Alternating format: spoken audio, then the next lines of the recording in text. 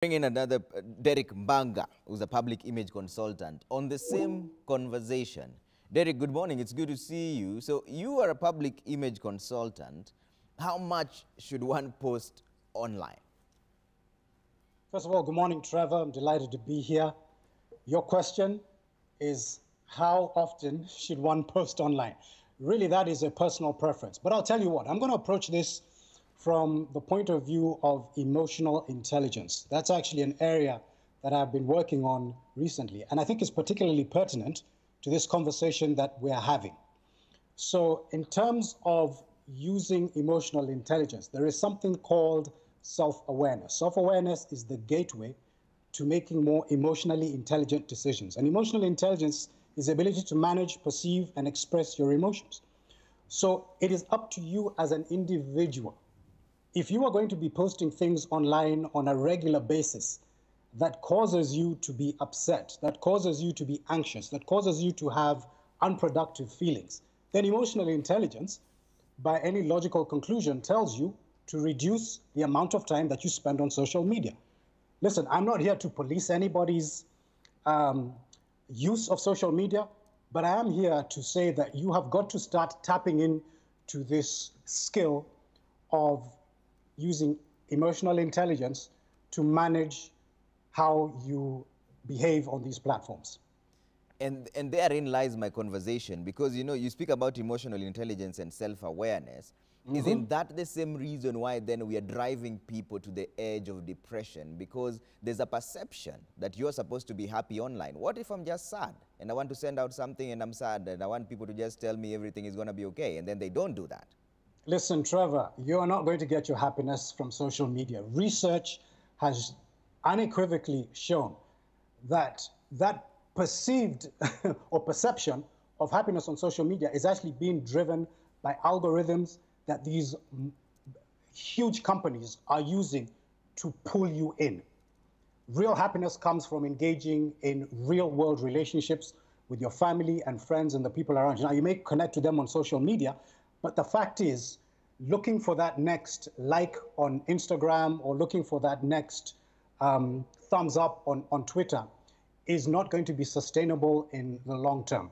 The long-term way to achieve, first of all, happiness is starting with yourself, and then certainly from where I'm looking at this, from engaging in real relationships. Also research has shown that being on social media has almost a similar creation of dopamine, which is that addictive hormone in people most of the time. So then how do you relate those two? Because it is actually addictive, right? So I alluded to that in my former response when I said that you're being manipulated by these huge companies. A company like Instagram, let me just give you a little example. So as you post your Instagram post and then you're waiting for the likes to come, they will actually delay the likes that come in order to get you hooked, because you're there waiting on your phone or your device for that first like to come in or the second like. So you're used to getting 300 likes. So they're actually using an algorithm to delay the likes that have started coming in to hook you onto that device. And ultimately, all of this is being driven by what? It's about getting dollars, it's about getting shillings through advertising. The more time that you spend on your device, the more time that you're hooked on social media, the more money that you are spending, and ultimately these huge companies are making money. It really is a gigantic scam. Yeah. And you're a public image consultant. So what if my image changes over time? I mean, when I was in the university, this is not who I was. Now it's a different time. And maybe when I'm in my 40s, I'll be a different person. But the internet never forgets. So how then do I balance these two? Trevor, personal branding is about evolution. You're certainly not the same person that you were back in university or back in college to the man that you are today. Life experiences have brought you to this particular point. So ultimately, all of us have fallen short. At some point, and maybe on social media, we may have posted something that we regret, something that we don't believe, something that we are not necessarily a part of. That is what makes us authentic. And authenticity is actually another part of emotional intelligence. It's about honoring past mistakes, commitments, but saying to yourself, I am a better person. And I think we also are living in this culture, cancel culture, if I can call it, where we are looking to cancel people, we're looking to make them irrelevant, based on views that they may have held many years ago. So I think the point I'm trying to make here is that we should all realize that we have evolved, and hopefully we have evolved into better people, and we can own up to what we posted previously that we don't necessarily believe, but it is not the job of people to go out there and to cancel us simply because of something that we may have posted in error many years ago. So how then do we deal with the situation now? Because when I was much younger, there was not much social media. So you would say things and get away with them. Nowadays, the younger people, the younger generation, they post those same conversations that we may have had when we were younger, except there's no record of it. But now even employers are using that against them. Yeah, it's an unfortunate circumstance. For me, as somebody who works in this space, helping people portray their best public image, helping them use emotional intelligence to get ahead, I would say, be honest. Own up to that post that you may have made. I don't necessarily want to be called out by people policing old posts of mine, but if it does come up, own up to it, and now sort of say that I'm a better human being, I'm a more evolved human being, my views have changed. I mean, that is life. So if I came to you here with chronicles of very many interesting things, interesting quote unquote, that I said earlier when I was younger, would you advise me then to go back and delete them first? Yeah, you could also do that. You can certainly go in and there are things that you can do. There are programs, apps that you can use to go and quote unquote scrub your online brand. And certainly, if you have a history of posting negative, posting things that don't reflect well on you. And when I talk about a history, I'm talking about consistently posting.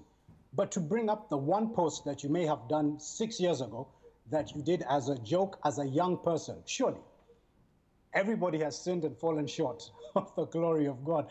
And none of us should cast aspersions, and we certainly shouldn't be throwing stones when we all live in glass houses. You tell me the one person who has not said or done something that they regretted as an indiscretion in their youth, and they're now a better person. And I will show you a perfect human being, of which none exists, Trevor. But my point is, if you have a history of having put things out there that perhaps are going to reflect poorly on you, say you are looking for a job, then my advice would be to go in and to scrub your and clean up your online brand. So as a public image consultant, and I'm just going to draw free lessons here because we are live on TV and you're not able to bill me. When somebody comes to you, what are the first things that you see and what are the first things that you change? What makes a person from the public image consultancy perspective? Okay, so one of the first things we look at is what are your goals, what are your aspirations, how do you want to be seen by the world? And so we start sort of helping and building that person's professional brand.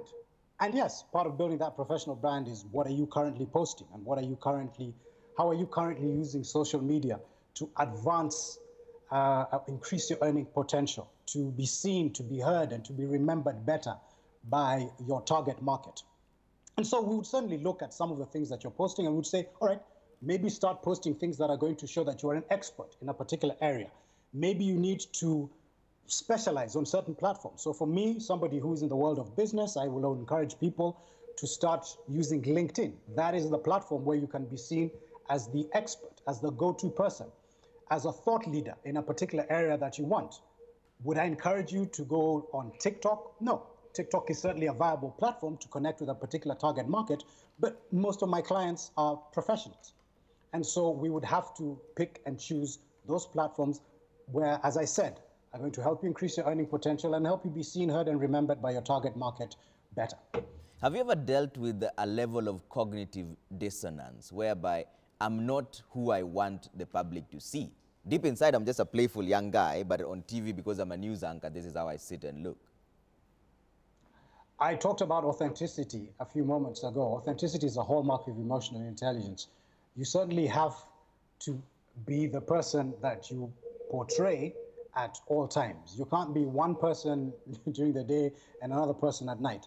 But having said that, we all have personalities that tend to be illuminated depending on whom your audience is.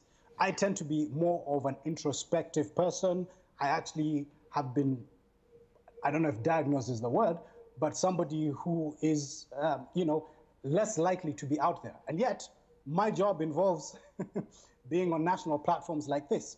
But there is still some part of that personality that I can bring to life, that I can show people, that reflects on who I want to be. So it's about picking the best version of aspects of your personality that are going to advance your career. Everything, I think, for me, should be about what is best, and certainly in the professional world, what is best going to serve my interests in a professional platform. All right. So now, if a young person is watching you right now, Mr. Yes. Derrick, and and before they click send, what should they think about first? Yeah, think is the operative word there. Before you click send. So, you know, I talked about self-awareness. Yeah. There are other things, for example, like emotional reasoning, self-management. Okay. These are all terms that we use when it comes Derrick, to... sorry, I seem to have lost you there. Let me take a quick break. When we come back, we'll wind up on this conversation. Before you click send, what should you think about? Derrick Baga is still with me. He's a public image consultant. We're talking about the internet never forgets. And is it even fair to judge you by something that you posted 10 years ago? And what if there's some level of cognitive dissonance? Who you want to portray to the world is not who you really are as a person. We'll come back and wind up on that conversation in just a bit. We're taking a quick break here on Daybreak. We're back shortly. We'd like to hear from you as well. Tweet at Trevor Mbija at Citizen TV Kenya, #Daybreak. I'll sample some of your views in just a bit.